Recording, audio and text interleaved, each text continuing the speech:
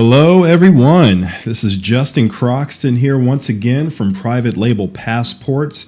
I wanted to talk to you guys a little bit about a checklist that I created that I use for myself. For me, it's a little bit more intuitive because I just kind of know what's going to sell well, what's going to do well in international markets, but also something that I think could be really helpful for anyone that's out there thinking about or want to potentially sell in a lot of these different global markets that Amazon has made available to us. So, whether you're in, any country that's out there, you can essentially sell on any of these Amazon platforms. And so part of what I decided to do was create a checklist. Some of it has been bred, or quite a bit of it actually has been bred from Mark Scott Adams and the checklist that he put together.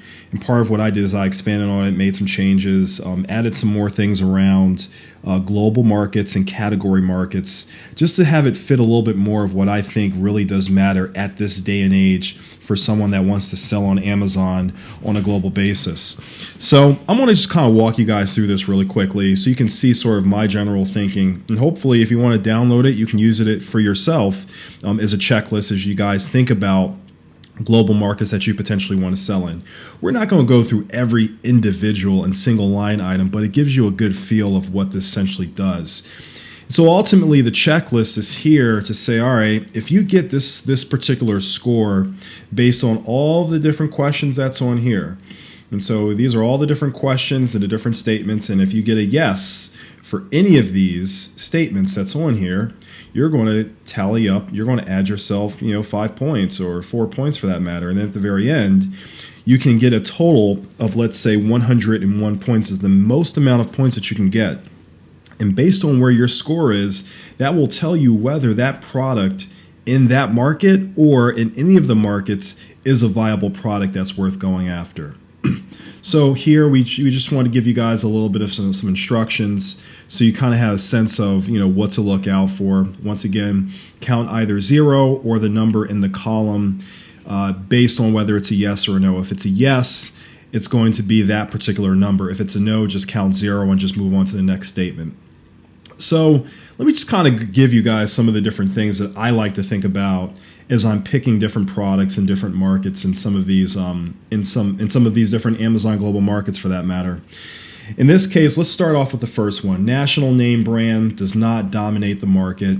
For me, that's very important. It's not like I'm trying to sell a Black & Decker type of an item here because I know that they dominate a lot of the industrial, product categories, if you will.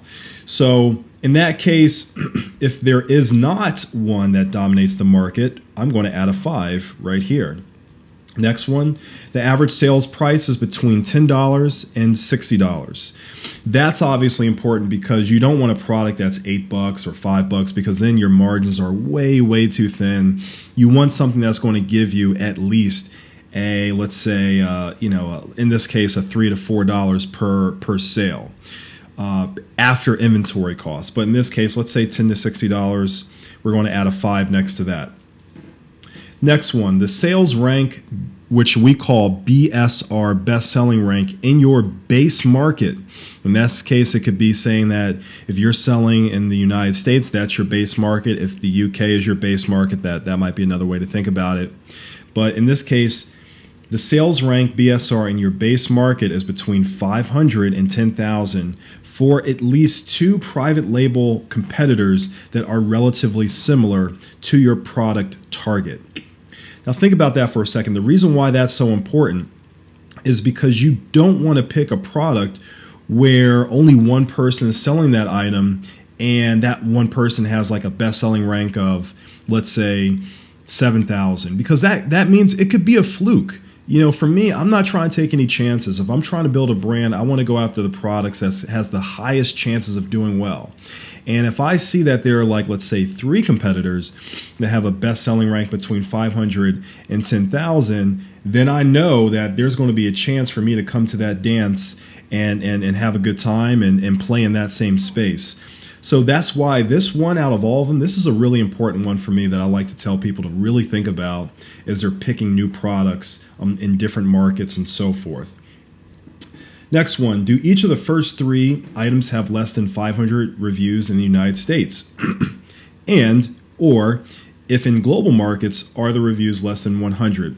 In this case, I would say probably UK is where you would probably get the most. UK and Germany would be where you have the most reviews, also Japan as well. So the reason why that's important is you don't want to go into a market where it's going to take you forever to get reviews and to give away product.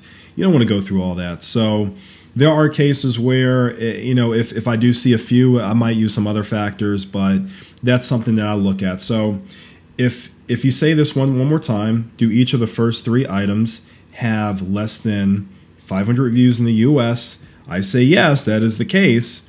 You give yourself a 4. And then you move on to the next one.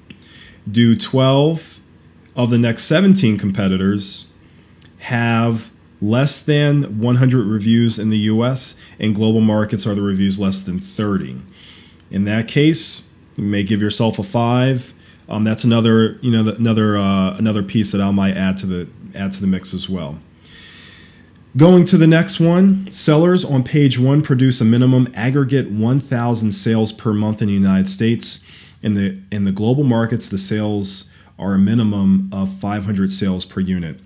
And the way you guys can figure this out is the makers of Jungle Scout, they have a really, really good, what I personally like to call a really good tool that shows you if you have a best-selling rank, let's say a 5,000 in a category, it actually shows you the total number of sales for that particular category, for that number that you place in there.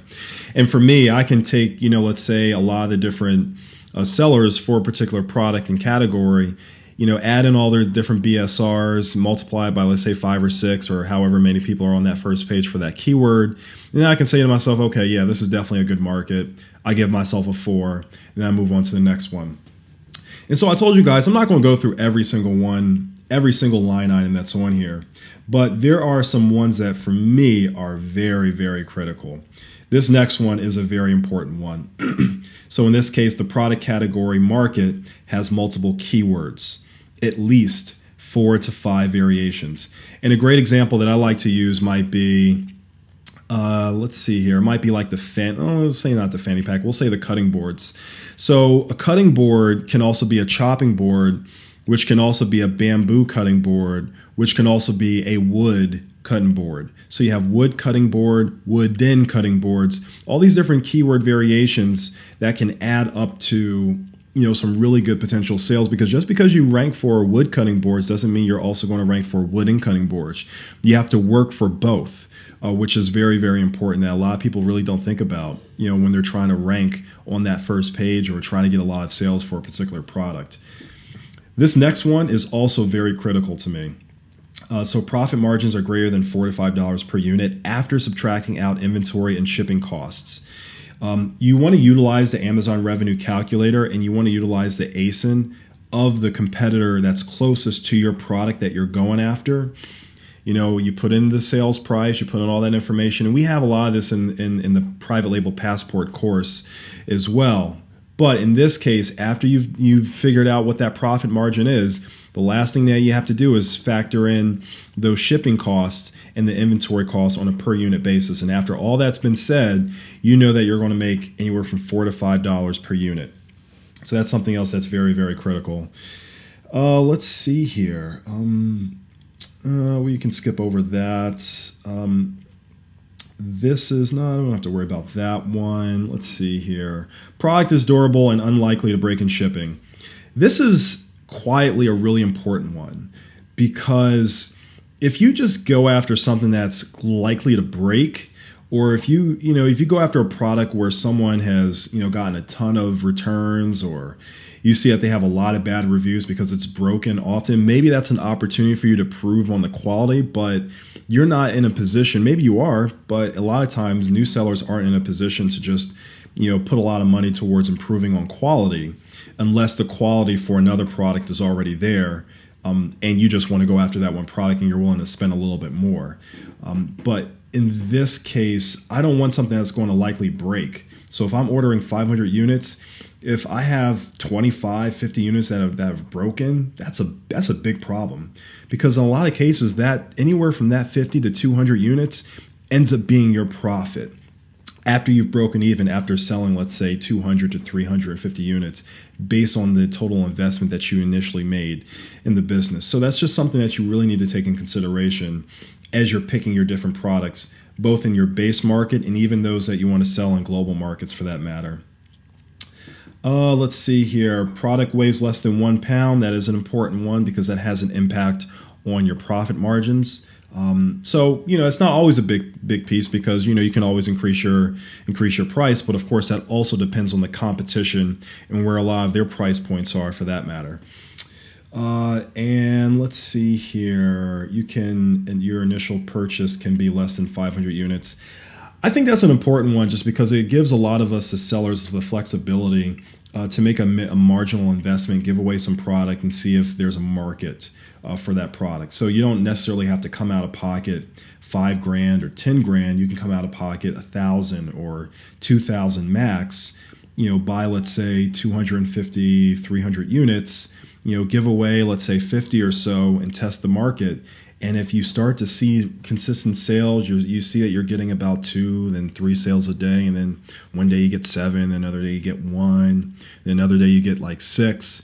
You know that there's something that's there, and it's just a matter of figuring out all of the keywords that you need to rank for, improving on the listing, the pictures, the conversions, all those different things, getting more reviews, and then you can start building something, but you're able to do that with a minimal investment.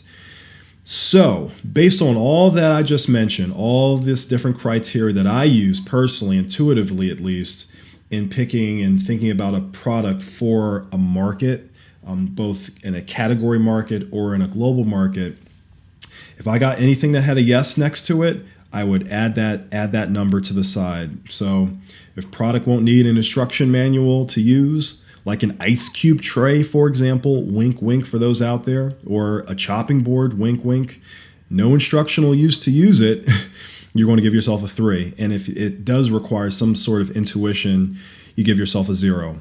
At the very end, you add in all your scores. And if you get to anything that's above 76, that product is definitely a go. I think it's worth going after that particular product. If it's between a 61 to a 75, yeah, probably still a go. But, if you got something that's higher, then you may want to go after that product depending on whatever criteria you're thinking about. Whether it's you're thinking about brand building, where you think it's just a great opportunity to make a ton of money, whatever it is. Now, if there's a product that you've added up all these different scores, all these numbers, and let's say you get to about a 55, you may say to yourself, it's probably no go, probably not worth going after. There have been cases where I've found products that are probably not worth going after, but I've still gone after them. They've done okay. But this is a point when you make the decision that, okay, I've done this. I've gone through this whole process through 5 products, and I've had 3 that are sort of between a 61 and 101 of a score, and I've had 2 that are less than 60. In those cases, I would push away the ones that are below 60 and see which ones that are above 61 that makes the most sense to initially go after. And of course, anything that's less than 45, don't go after. It's not worth it. It's not worth your time. It's not worth taking the chance. And I wouldn't even go down that route. For me, I was dead set on my very first product in going after this one product that I really thought was going to do well, but it was sort of a trendy item. It was an item that intuitively people aren't necessarily searching for. It actually requires a little bit of explaining.